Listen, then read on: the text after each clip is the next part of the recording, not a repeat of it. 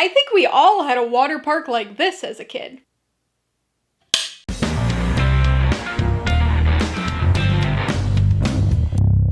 Hey everybody, welcome to Mainly Movies. Today I'm going to be talking about the 2025 action comedy sequel, Nobody 2.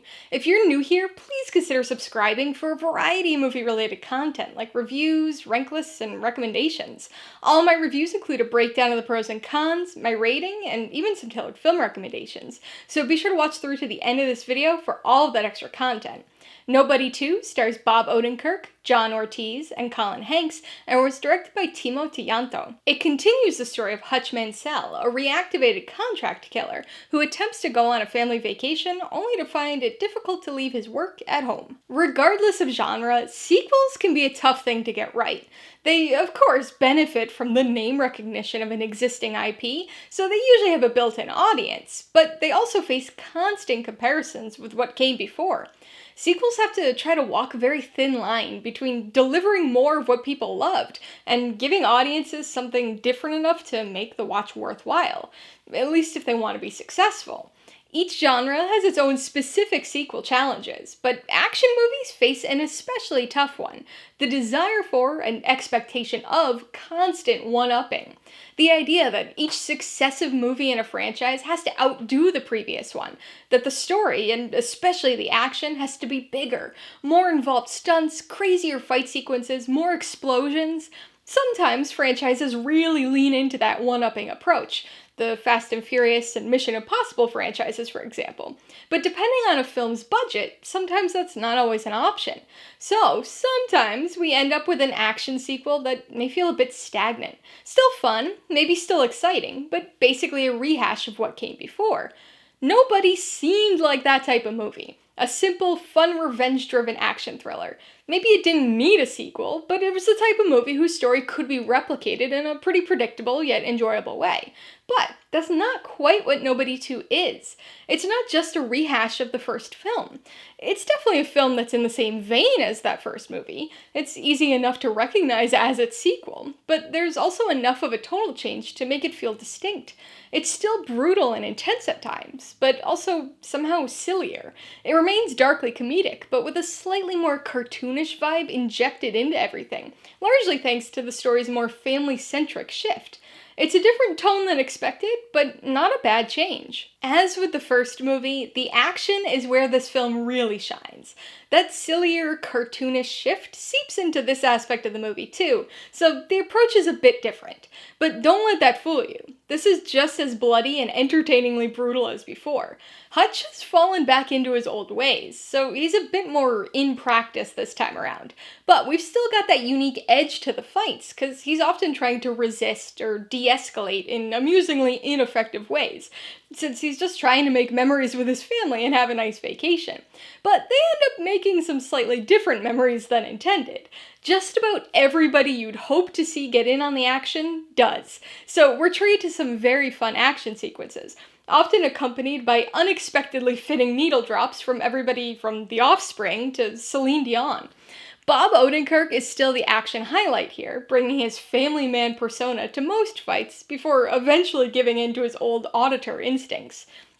The action here maybe isn't quite as knockdown, drag-out, hard-hitting as the first movie, but there are still plenty of fun sequences full of atypical weapons.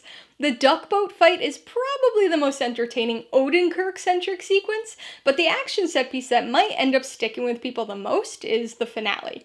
Once again, we get a brutally entertaining Home Alone-style sequence, this time in an amusement and water park. The fact that there are some comparable, or at least vaguely analogous, action sequences may have you wondering about the story. As I said before, the tone has shifted slightly towards the silly side of things, but the story's also been switched up a bit too. Admittedly, things here do all eventually boil down to some similar ideas and plot points, namely Hutch accidentally finding himself on the bad side of a crime boss and needing to protect his family as a result. But exactly how we get to that point differs enough to not feel like just a rehash of the same story. It feels like a sequel, though perhaps a bit haphazardly plotted, more convoluted, and a little less compelling than the comparatively straightforward revenge story of the first movie. This one is much less solely about Hutch, and instead more focused on his relationship with his family. In fact, father-son themes repeatedly pop up throughout this movie. The emotional moments of the screenplay still feel a bit flat, but at least the family is better incorporated into the plot this time around. There are even some hinted revelations that make for some exciting backstory to explore in potential future films. Like I said before, this movie just has a different feel to it. Not exactly comparable to the first, but not unrecognizable either. Nobody 2 probably isn't a necessary sequel. It doesn't add all that much from a story or character perspective, but I'd be lying if I said I didn't still have a lot of fun watching it. We didn't need this movie, and we don't need more, but I sure wouldn't complain if we got another one. Or 5. Alright, let's talk about the pros and cons. Pro number 1 is a holdover from the first movie, the action. It has the same DNA as that first film, with plenty of brutal, bloody confrontations full of flying body parts and unconventional weapons. Everything from water slides to katanas this time around. But despite all the blood-spraying action here, it does have a slightly different vibe to it than its predecessor did. It's still hard-hitting, but maybe not quite as hard-hitting, opting instead to incorporate a good deal more comedy into its action sequences. That said, the duck boat fight and the booby trap-filled Home Alone-style water park showdown are wonderful. Excessive, but glorious. The second pro is the tone. So this almost borders on being a mixed aspect for me, but adds just enough of a positive spin to things to end up on the pro side. In many ways, this sequel is quite similar to the first film, but the tone is not one of those ways. The first movie was a lot of fun, but it had a bare-knuckle darkness to its comedic moments. This sequel takes a slightly sillier approach. There's a lot more situational comedy to everything here, and the more prominent inclusion of Hutch's family in the story really highlights the family man character elements this time around. That's not to say this doesn't still have a dark streak. I mean, Sharon Stone's Lindina is pretty unhinged and brutal. But at the same time, any movie that features its main villain dancing down a hallway while carrying a French bulldog isn't exactly trying to take itself seriously. On the con side, the biggest issue is the screenplay. The first movie had some writing issues too, but they seem to have only gotten worse here. The story direction for the sequel was certainly a bit unexpected, so credit has to be given there, but the setup just feels very haphazardly thrown together. You can tell that somebody thought it'd be funny to see this character on a family vacation, and so the story grew from that idea rather than naturally extending from the first film. The family elements of the story are much better integrated into the plot, and Connie Nielsen actually has a few things to do this time, but the emotional moments and associated dialogue still come across as fairly flat.